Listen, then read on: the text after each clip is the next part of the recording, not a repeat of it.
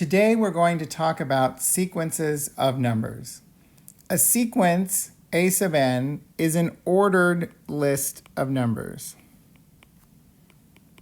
So that ordered list can look like a number A1, then A2, A3, A4, etc. Now this ordered list of numbers does not necessarily have to have a pattern.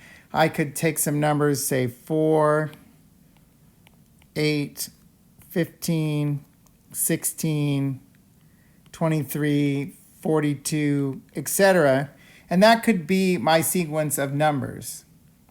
But for the purposes of this lesson, we're mostly going to study sequences of numbers that have some sort of pattern to them. So for example, let's look at the sequence 1, 1 over 4, 1 over 9, 1 over 16, 1 over 25, etc. So you might notice that the denominators of these numbers, especially if I look at the first one as being 1 over 1, the denominators of these numbers are square numbers. And so I could create a pattern for this list, a formula for this list of numbers. A sub n is equal to 1 over n squared. So that a sub 1 is 1 over 1 squared, a sub 2 is 1 over 2 squared, a sub 3 is 1 over 3 squared, etc. So if I wanted to know what a6 was, that's the next term in the sequence. That's 1 over 6 squared, or 36. So that's one sequence of numbers. Let's look at some others where I give you the pattern first. So let's let b sub n be a sequence. And it's going to be 1 plus negative 1 to the n over n. Now, I would like to generate the terms of this sequence. So I'm going to start with b1. b1, the first term, is going to be 1 plus negative 1 to the first over 1. That's going to be 0. The second term is going to be b2. That's going to be 1 plus negative 1 squared over 2. So 1 plus a half, that sounds like 3 halves. And then I can keep moving forward. So I'm going to start writing out what these terms are. The first one is 0. The next term is going to be 3 halves. The next term is going to be 1 plus negative 1 cubed over 3. That's 1 minus a third, so that's 2/3. The next term is going to be 1 plus negative 1 to the fourth over 4. So that's going to be 1 plus a fourth. Another way to write that is 5/4. And we could do the next term, which is 1 minus or plus negative 1 to the fifth over 5. So that's 1 minus a fifth. And 1 minus a fifth is going to be 4/5. And then that sequence continues on. A third sequence that we could look at, C sub n, could be sine of, say, n pi over 2. The first term in that sequence is sine of pi over 2, which is 1. The next term is sine of 2 pi over 2. That's the sine of pi, which is 0. The next term is sine of 3 pi over 2. That's negative 1. The next term is sine of 4 pi over 2, or sine of 2 pi. That's 0. The next term is going to be sine of 5 pi over 2, and that turns out to be 1. Then sine of 6 pi over 2, or sine of 3 pi, is 0. And then it becomes negative 1, 0, 1, etc.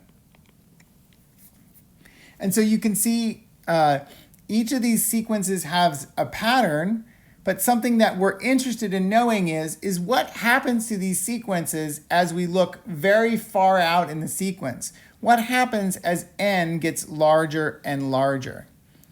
And so we're going to define the idea of the limit of a sequence. A sequence a sub n has a limit L, and we write the limit as n goes to infinity of a sub n equals L. If we can make the terms a sub n arbitrarily close to L by choosing n sufficiently large.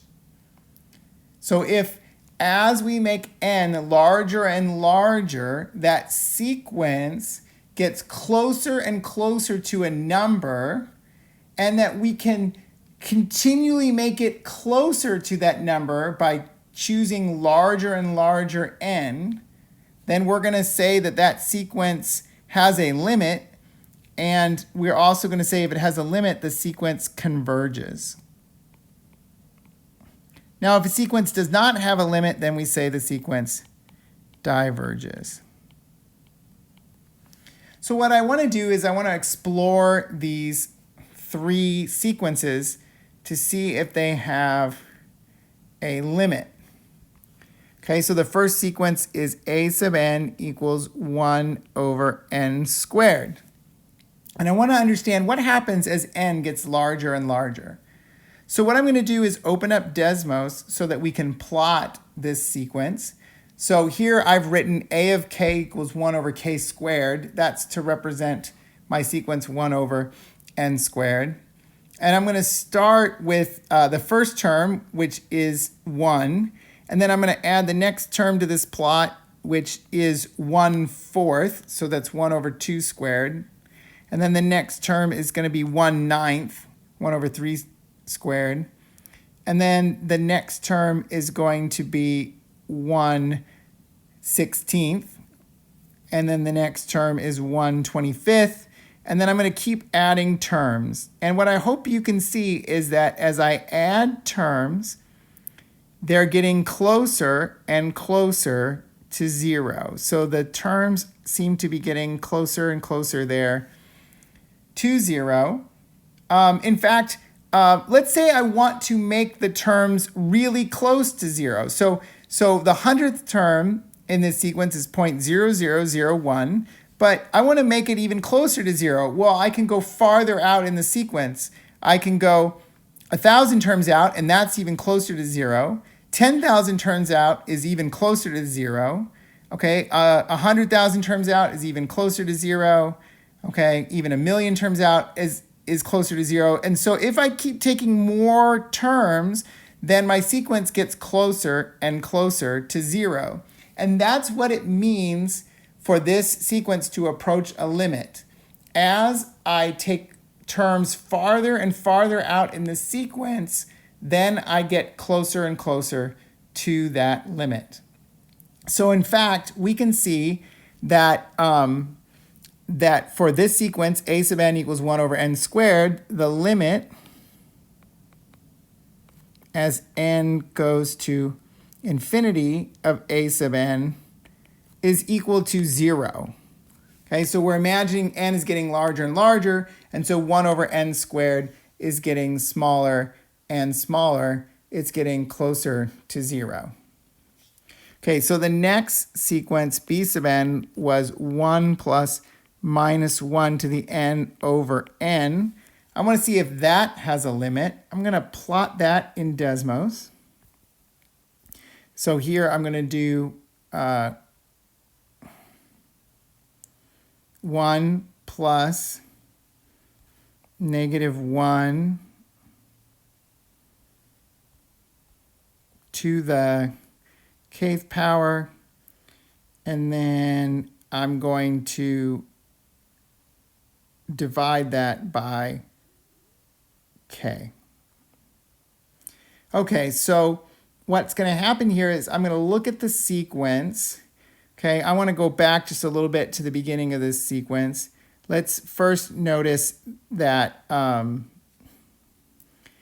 that for n equals 1, my first term in the sequence was 0.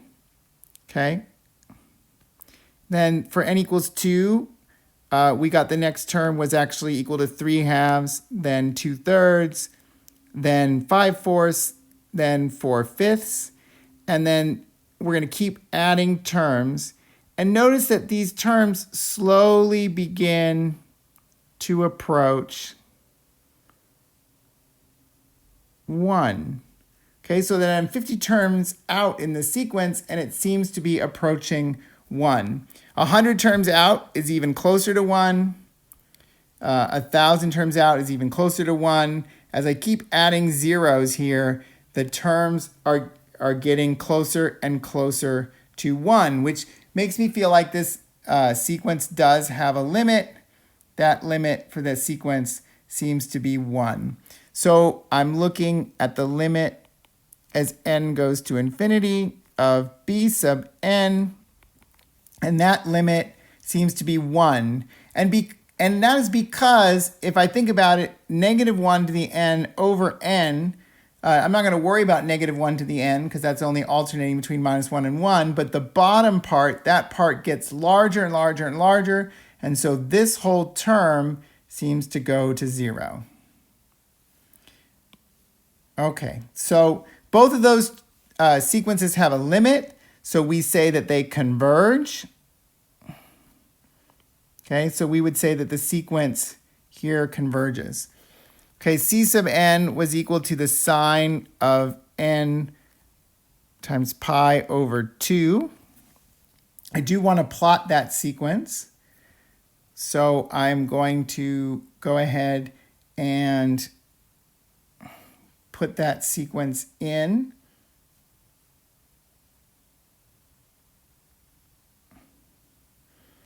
So this is going to be the sine of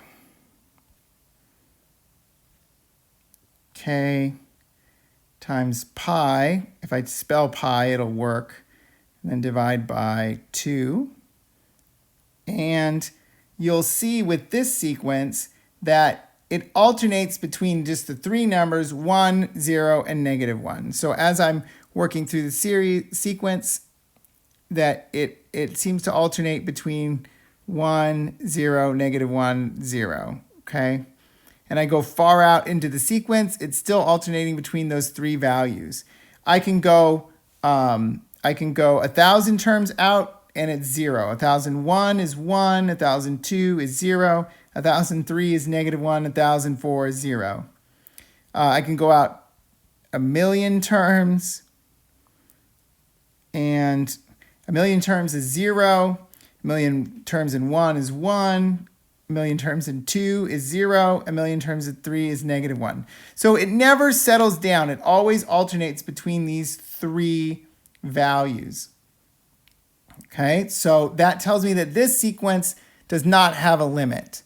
Okay, this sequence doesn't settle down, has no limit, so we say that this sequence diverges. Okay, so now I would like to introduce some terms that describe sequences. We can talk about sequences that are increasing. They're increasing if the next term is bigger than the previous term. And we usually use strictly increasing, okay, where the greater than does not include greater than or equal to. It's decreasing if the next term is less than the previous term for all n.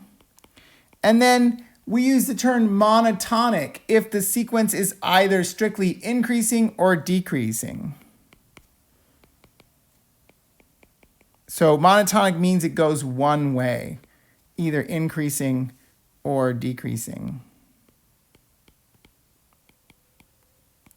Now, we can also talk about a sequence being bounded above. That's if the terms a sub n are always less than or equal to some finite number m. Okay, and they could also be bounded below. A sub n is greater than or equal to some number, we'll call it little m. That's also finite. Now, if a sequence is both bounded above and bounded below, we could say that the absolute value of the sequence is bounded by some fixed number m, and we would say the sequence is bounded in that case, if it's bounded above and bounded below. So I'd like to use these terms to describe these sequences. So for example, a sub n was my sequence 1 over n squared. And you can see from the terms that this sequence is decreasing. The terms are getting smaller and smaller. Okay, but this sequence is also bounded. Okay, it's bounded below by 0. It's bounded above by 1. Okay, so we can say here that a sub n is between 0 and 1.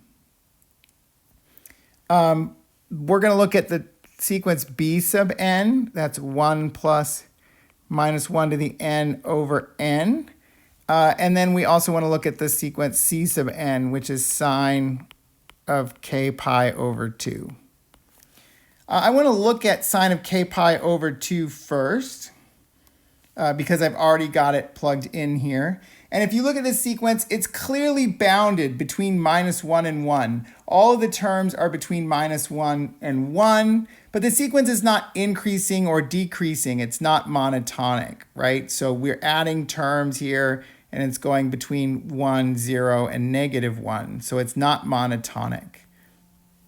Okay, so let's look at the other sequence. That's going to be 1 plus negative 1 to the k divided by k. And we're looking at these terms here. And notice again, the sequence is not strictly increasing or decreasing, but it is bounded. It's bounded below by 0, and it's bounded above by 1.5. So this sequence b sub n is not monotonic. Okay, so maybe I'll write not monotonic. Okay, and it's bounded. Okay, I believe we said that this one was between 0 and 1.5. C sub n is also not monotonic, but it was bounded. C sub n was between negative 1 and 1.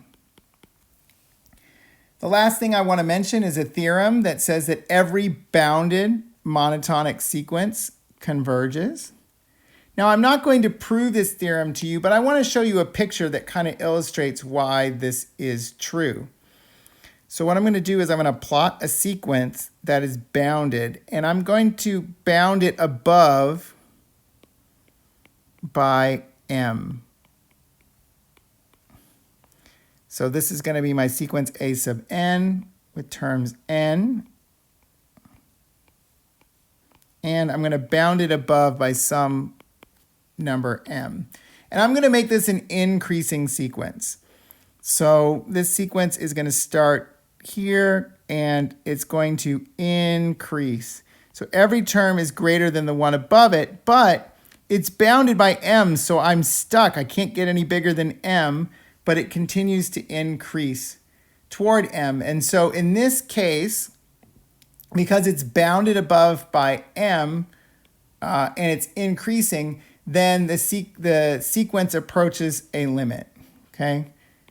Now, I specifically chose m that it's bounded by to be the limit, but I could have said that it was bounded by something larger. So I could have made a different bound up here.